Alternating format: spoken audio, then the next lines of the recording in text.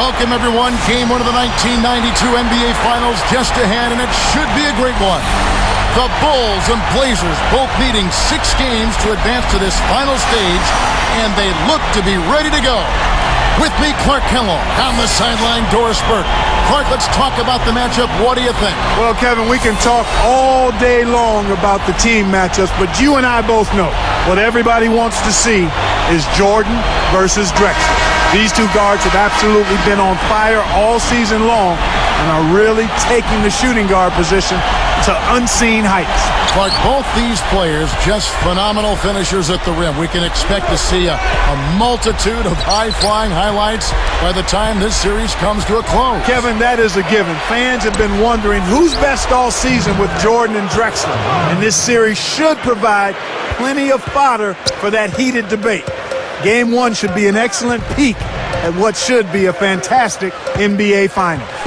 Let's check out what Doris Burke has for us. Hey guys, there was a bit of verbal gamesmanship by Phil Jackson prior to these finals. He was quoted as saying the Blazers have a tendency to self-destruct in close games. I asked Blazers coach Rick Adelman about his thoughts on this statement, and he said, hey, it doesn't hold water. His team will do their talking on the floor. Let's see how they respond, guys. Thank you, Doris. Coach Jackson, Clark, doing his best to get in the heads of the Blazers there. Well, nothing surprising about that, Kevin. We know Phil Jackson likes to do that. And if this game comes down to the wire, you'd have to think that that'll be in the Blazers' minds a little bit. It'll get into their head some. But the key is, how do they respond? That's the real deal. The starters for the Portland Trail Blazers. Porter is out there with Drexler. Then there's Buck Williams. Then there's Jerome Kersey and Robinson. So, Clark, what can we expect from this Portland Trail Blazer team? Kevin, they're a transition team. They love to get out in the open court. Drexler and Kersey are very dangerous when they're in their transition game, and that's what Portland will try to do. That's when they're at their best.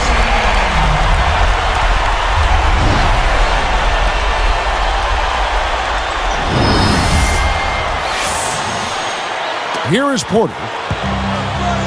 Here's Kersey, up high and down hard. Boy, when you run the fast break correctly, it's a thing of beauty. And so here is Chicago.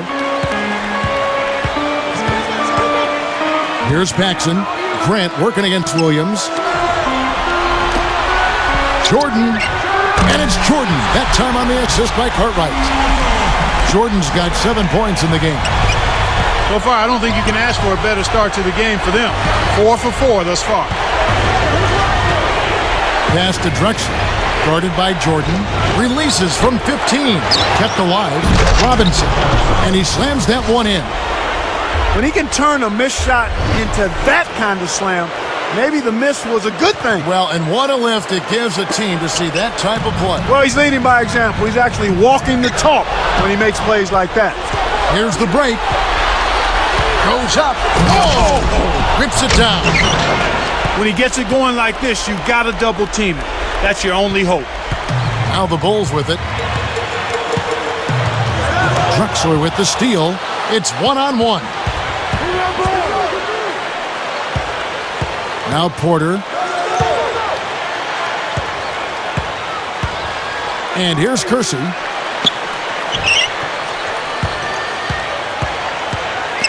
Just 5 to shoot. Here's Drexler. Drexler with another miss. Chicago leading. Jordan's up. Oh! He just toasted the defender and then applied the jam. Gave the D a mouthful on that one.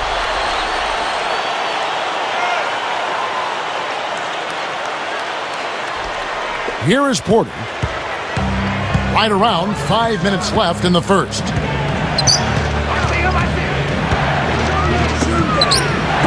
Tipped. Drexler outside. Scooped up. Tries again. And Williams with the nice bucket inside. Snares the offensive rebound, then sends it home. And here are the Bulls now. Jordan with a big game against Cleveland to finish him out last time he played. Yeah, just a Cavaliers killer. Really just dominated the action out there. Cartwright, the pass to Jordan. Off target for 3. So it's Portland now. And finished off by Drexler. It's the old reversal. That was something else, wasn't it, Kev? All a defender can do, Clark, is hope the photographer didn't get him in the picture. I think he was posterized. Here's Paxson after the Trailblazers pick up 2. He's got 9. Behind the arc. And the rebound goes to Kersey. Under 4 minutes left in the first quarter.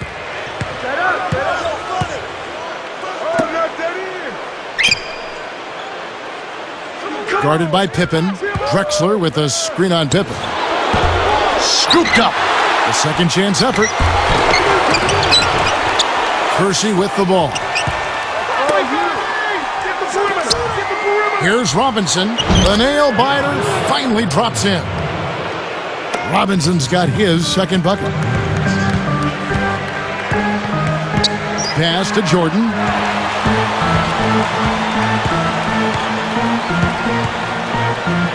From 11 feet away. Good on the jump shot. Jordan's got 11 points. Let's put the ball in his hands, Kevin, and watch him go to work. He's going to make something good happen. So timeout called here, the first for Portland. Phil Purdue's checked in for Chicago. Armstrong comes in for John Paxson.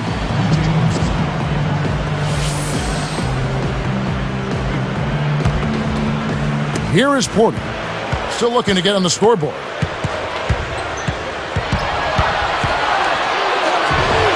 Makes it from 18 feet out. Great awareness makes him a dangerous threat every time down the floor. Here comes Armstrong. Outside Jordan. Drexler defending. Here's Armstrong. And it's good. Assisting on the play was Jordan. We're now all tied up at 16. And here are the Blazers.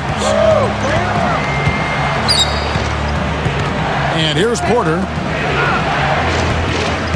Here's Robinson. Well, Clark, what do you think we can expect for this game and for the series? Well, I think both teams really want to try to score the ball in the paint. They're going to attack the basket, Kevin. Because they aren't really good jump shooting teams and their strength is in their slashers, we won't see too many jump shots in this one.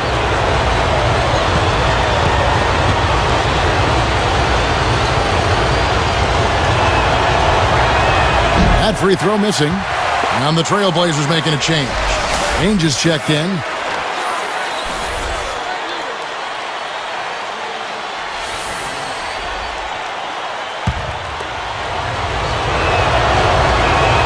He hits the second from the line. Here's Armstrong. 2:27 left in the first. And Doris Burke has a report for us from the sideline. Well, Kevin, Michael Jordan took a knock on his wrist in Game 6 against Cleveland, and it bothered his shooting to close that game out.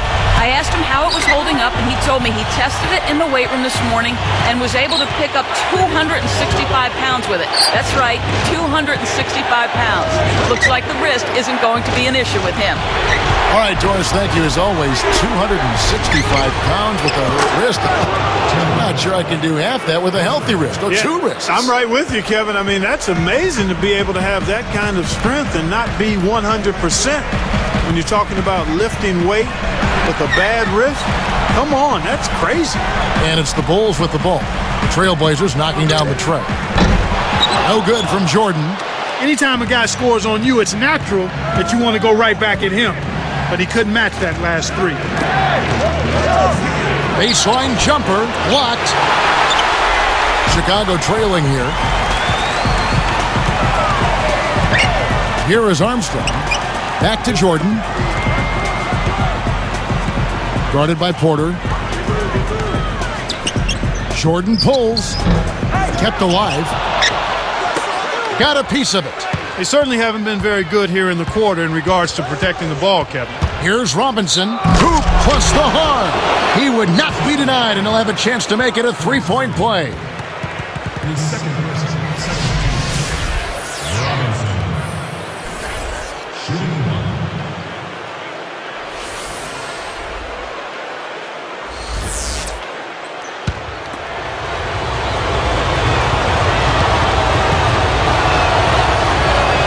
And no problem at the line here for the three-point play. Scotty Clark in that Game 6 against the Cavs, man, was he all over them. A stat sheet stuffer. I mean, effective on the glass. He could have actually not scored and still been one of the more impactful players out on the court. Kept alive. Here's Jordan, and again, Chicago. No good. Trailblazers leading by 5. Here's Porter. He dumps it off. Here's Robinson. Takes it up. Cannot hit, so the Bulls will take it the other way. Back to Scotty Clark. His ability to affect the game without scoring is phenomenal. Well, again, he rebounds, he creates, he plays lockdown defense on multiple players. He's a huge part of what the Bulls are as a team. I mean, he would probably be, MJ is clearly the most valuable player, but Scotty is probably their most instrumental.